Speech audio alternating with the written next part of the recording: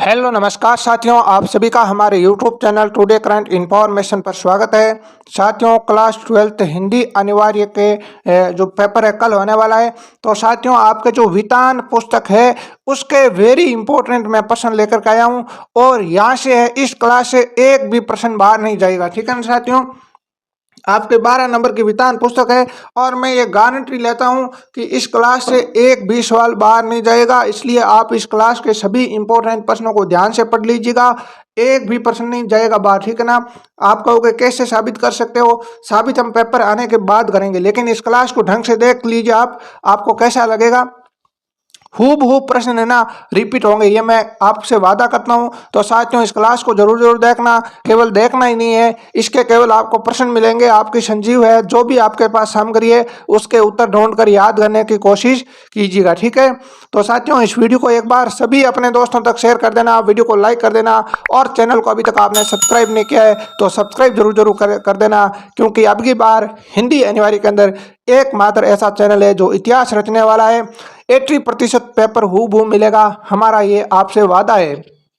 ठीक है साथियों, तो आपको पहला ये प्रश्न आ सकता है, यशोधरा बाबू के भीतर के द्वंद्व को लिखिए। उनके भीतर कौन सा द्वंद्व है वो लिखिए। दूसरा, इसके अंदर मैं बताऊं, जूझ कहानी के लेखक ने अपनी पढ़ाई जारी रखने के लिए दत्ताजी राव का सहारा क्यों लिया? ठीक है ना, इसका आपको आंसर है बताना है। नेक्स्ट मैं बात करता हूं यहाँ पर, नदी, कुएं, स्नानागार और बेजोड़ निकासी व्यवस्था को देखते हुए लेखक पाठकों से प्रश्न पूछता है कि क्या हम सिंधु घाटी सभ्यता को जल संस्कृति कह सकते हैं? आपका जवाब लेखक के पक्ष में है या विपक्ष में, उत्तर दीजिएगा। ठीक है। आगे, आपके ख्याल में पढ़ाई लिखाई के संबंध में लेखक और दत्ताजी राव का रवैया सही था या लेखक के पिता का तर्क सहित? उत्तर देना है। ठीक है। अगला इंपॉर्टेंट प्रश्न है साथियों, यशोधरा बाबू की पत्नी समय के साथ ढल सकने में सफल होती लेकिन यशोधरा बाबू असफल रहते हैं, ऐसा क्यों? ठीक है। अगला सवाल है, वेरी इंपॉर्टेंट सवाल है, सिंधु सभ्यता ताकत से शासित होने की अपेक्षा समझ से अनुशासित सभ्यता थी। इस कथन को पुरातत्व के चिन्हों के आधार पर समझाइए। आगे प्रश्न पूछा है, फ्रैंक परिवार को किस कारण अज्ञातवास करना पड़ा और उन्हें किन लोगों से मदद मिलती रही? ठीक है। नेक्स्ट है, महिलाओं के संबंध में फ्रैंक के विचार लिखिए। ठीक है। आगे, यशोधरा बाबू के भीतर के द्वंद्व को लिखिए। यह प्रश्न काफी अच्छा है साथियों। ठीक है। आगे, जूझ कहानी के लेखक ने अपनी पढ़ाई जारी रखने के लिए दत्ताजी राव का सहारा क्यों लिया? ठीक है। आगे प्रश्न पूछा जाएगा आपसे, आधुनिकता की ओर बढ़ता हमारा समाज एक और कई नई उपलब्धियों के समेटे हुए तो दूसरी ओर मनुष्य को मनुष्य बनाए रखने वाले मूल्य कहीं घिसते चले गए। सिल्वर वेडिंग कहानी के आधार पर लिखिए। आगे, युद्ध के चलते इतिहास बनते हैं, बदलते हैं और बिगड़ते भी है। युद्ध का दंश कई पीढ़ियों को भी झेलना पड़ता है। डायरी के पन्ने के पाठ के आधार पर लिखिए। ठीक है। अगला सवाल साथियों आपसे पूछा जाएगा यहाँ पर कि यशोधरा बाबू की पत्नी मूल संस्कारों से किसी भी तरह आधुनिक नहीं है, फिर भी बच्चों की तरफदारी से उन्हें माऊ बना डाला। कथन के समर्थन में अपने विचार लिखिए। आगे, उल्टा अब तो ऐसा लगने लगा कि जितना अकेला रहूं उतना अच्छा। कथन के अनुसार आनंद यादव को अकेला रहना कब से अच्छा लगने लगा, स्पष्ट कीजिएगा। ठीक है ना साथियों, वादा करता हूं इससे बाहर सवाल नहीं आएगा। आप पढ़ करके जाना एक एक प्रश्न। ठीक है ना, फिर मत कहना सर हमें बताया नहीं है। ठीक है ना, और फिर आप कर भी क्या सकते, कुछ भी नहीं कर पाओगे। आगे प्रश्न है, अतीत में दबे पाव पाठ के आधार पर सिंधु घाटी सभ्यता में खेती का वर्णन कीजिए। सारे के सारे इंपॉर्टेंट है, इससे बाहर कुछ भी नहीं जाएगा। ठीक है ना, अब 12 नंबर लाने हैं तो पढ़ लेना, वरना आपका जो मर्जी है वैसे कर लेना। ठीक है। अगला है साथियों, आनंद यादव का पाठशाला में विश्वास क्यों बढ़ने लगा? इससे आगे, मोहनजोदड़ो के प्रसिद्ध जल कुंड की विशेषता लिखिए। अच्छा सवाल है, परीक्षा के अंदर हूबहू छप सकता है। नेक्स्ट है, पुरुषों ने औरतों पर किस आधार पर शासन किया? डायरी के पन्ने पाठ के आधार पर स्पष्ट कीजिएगा। अच्छा सवाल है साथियों। ठीक है। इससे आगे पूछा है आपसे सवाल है कि अधिकांश अभिभावकों की तरह यशोधरा बाबू भी ये सोचते थे कि जिम्मेदारी सर पर पड़ेगी तब सब अपने ही आप ठीक हो जाएंगे। इस कथन पर अपनी मौलिक सहमति एवं असहमति तर्क सहित दीजिए। ठीक है। उससे आगे पूछा जाएगा, मास्टर जो सौंदेल करके मराठी भाषा पढ़ाने का वह कौन सा तरीका था जिससे लेखक के जीवन पर उनका सर्वाधिक प्रभाव पड़ा। मोहनजोदड़ो के भौगोलिक व प्राकृतिक वातावरण पर एक टिप्पणी लिखिएगा, ठीक है ना। सबसे अच्छे सवाल, सबसे ऑथेंटिक सवाल आपके साथ शेयर कर रहा हूं और इससे बाहर एक भी सवाल नहीं जाएगा, ये भी मैं वादा करता हूं। अगला सवाल है, आनंदा को खेती में कौन कौन से कार्य करने पर भी अध्ययन की अनुमति पिता द्वारा दी गई, ठीक है। नेक्स्ट है, मोहनजोदड़ो के अजैब घर में सिंधु सभ्यता को बताने वाली कौन कौन सी वस्तुएं निकली, ठीक है। आगे, युद्ध काल में मनुष्यों की नैतिकता समाप्त हो गई है, इस कथन को एन फ्रैंक द्वारा दिए गए उदाहरणों के आधार पर लिखिए, ठीक है। आगे इंपॉर्टेंट सवाल है आपके, किशनदास करते थे कि आना सब कुछ चाहिए, सीखना हर एक की बात ठहरी लेकिन अपनी छोड़नी नहीं हुई। किशनदास के इस विचार को यशोधरा बाबू के अपने जीवन में किस प्रकार अपनाया, स्पष्ट करें। आगे है, शिक्षा, काम और प्रगति ने औरतों की आंखें खोली, एन फ्रैंक के इस कथन के वर्तमान परिप्रेक्ष्य के आधार पर तर्क सहित स्पष्ट कीजिए, तर्क सहित समझाइए, ठीक है ना। आगे मैं बात करूं तो साथियों, अच्छे सवाल है, सिल्वर वेडिंग कहानी का कथानक आधुनिक पाश्चात्य संस्कृति के अंधानुकरण एवं बदलते मानवीय मूल्यों पर आधारित है, इस कथन को 100 उदाहरण स्पष्ट करें, ठीक है ना। आगे, बसंत पाटिल से दोस्ती होने के बाद लेखक के व्यवहार में कौन से परिवर्तन हुए। मोहनजोदड़ो के प्रसिद्ध पुराने बौद्ध स्तूपों की विशेषताओं का उल्लेख कीजिए, ठीक है। उससे आगे आपसे पूछा जाएगा कि कविता में प्रति लगाव बढ़ने के बाद लेखक को अकेलापन क्यों अच्छा लगने लगा। मोहनजोदड़ो का अर्थ बताते हुए इसके बारे में जो धारणा व्यक्त की गई है उसे बताइए। अगला है साथियों, मौत के खिलाफ मनुष्य नामक किताब में एन ने औरतों की स्थिति के बारे में जो पढ़ा उसे लिखिए, ठीक है। बहुत अच्छे सवाल आपके साथ शेयर कर रहा हूँ, हूबहू छपेंगे, ये मैं बार बार कह रहा हूँ, अब आप मानो या नहीं मानो ये आपकी मर्जी है, ठीक है। वह खुशहाली भी कैसी जो अपनों में प्रायपन पैदा करे, यशोधरा बाबू की इस सोच के कौन से कारण थे, लिखिए, ठीक है। और डायरी के पन्ने पाठ के आधार पर एन के प्रकृति प्रेम का वर्णन कीजिए। बहुत अच्छा सवाल है साथियों, ये सवाल हूबहू छप सकता है, जो आएगा वो हूबहू आएगा, ठीक है ना, एक भी मतलब शब्द इधर उधर नहीं होगा। आगे, सिल्वर वेडिंग कहानी के नायक यशोधरा बाबू की किन्हीं 3 चारित्रिक विशेषताओं का उदाहरण दीजिए। बहुत अच्छा सवाल है, हूबहू छप सकता है। नेक्स्ट है साथियों, आपके विचार में पढ़ाई लिखाई के संबंध में लेखक और दत्ताजी राव के रवैया सही था, लेखक के पिता, तर्क सहित उत्तर दीजिए। 2 बार प्रश्न रिपीट हो चुका है। मोहनजोदड़ो के अजैब घर में कौन कौन सी वस्तुएं पाई गई, लिखिए। बहुत अच्छा सवाल है साथियों, ठीक है ना। अगला है, शिक्षा, काम और प्रगति ने औरतों की आंखें खोली, इस कथन पर अपनी सहमति डायरी के पन्ने पाठ के आधार पर दीजिए। हूबहू छप सकता है, जो प्रश्न छपेगा वो हूबहू आएगा, ये मैं वादा करता हूँ, ठीक है ना।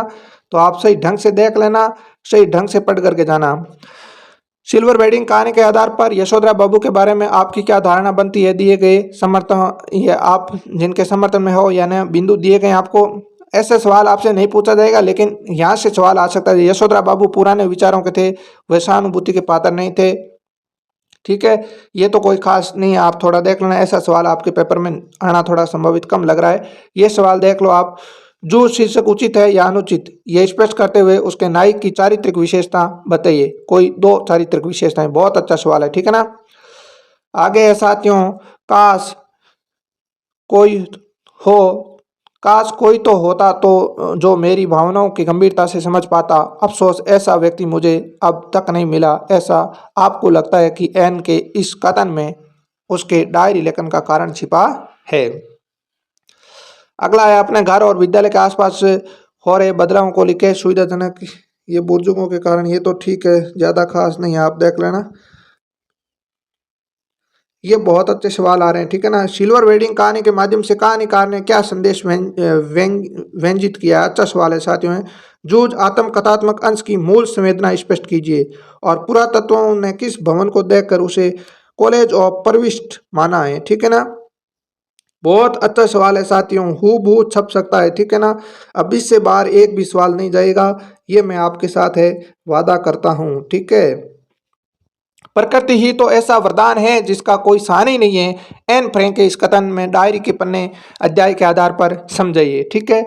पुरातत्व सिंधु सभ्यता को तर सभ्यता क्यों कहते हैं, स्पष्ट कीजिए, ठीक है ना। अच्छा सवाल है।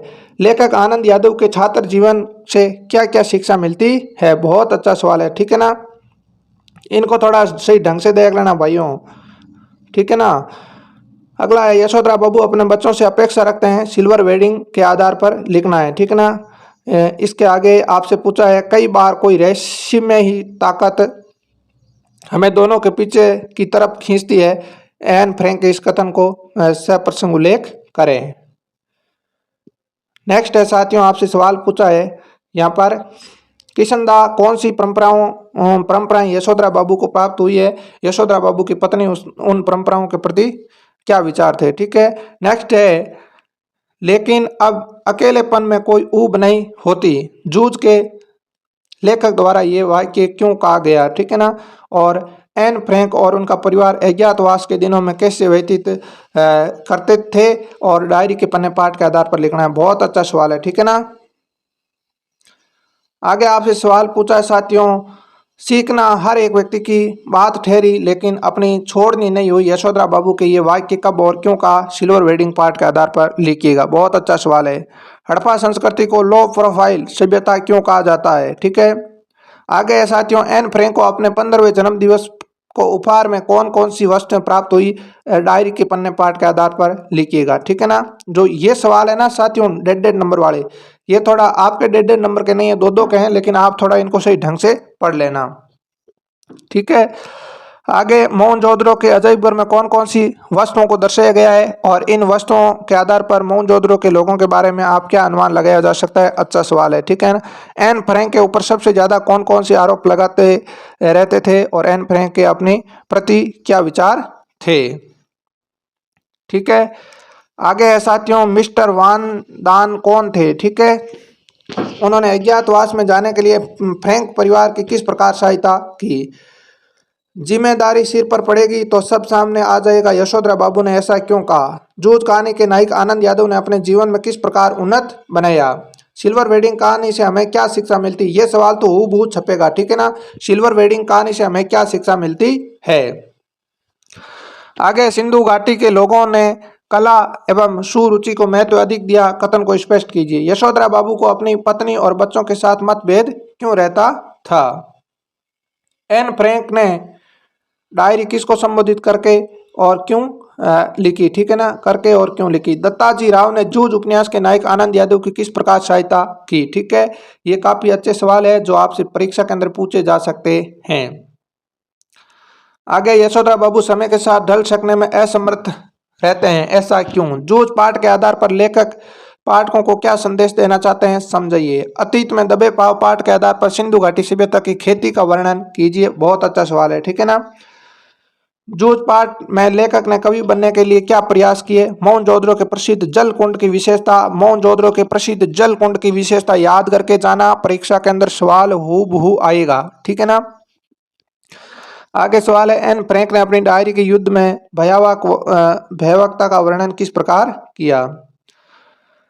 इसके आगे साथियों, यहाँ पर आपसे बड़े सवाल के अंदर आधुनिकता की ओर बढ़ता हमारा समाज, जहाँ एक और नई उपलब्धियों को समेटे हुए और तो दूसरी ओर मनुष्य को मनुष्य बनाए रखने वाले मूल्य कहीं घिसटते चले गए, सिल्वर वेडिंग पाठ के आधार पर लिखिए। डायरी के पन्ने पाठ के आधार पर एन फ्रैंक के नारी विषयक विचारों को अपने शब्दों में लिखिएगा। ये भी बहुत अच्छा सवाल है।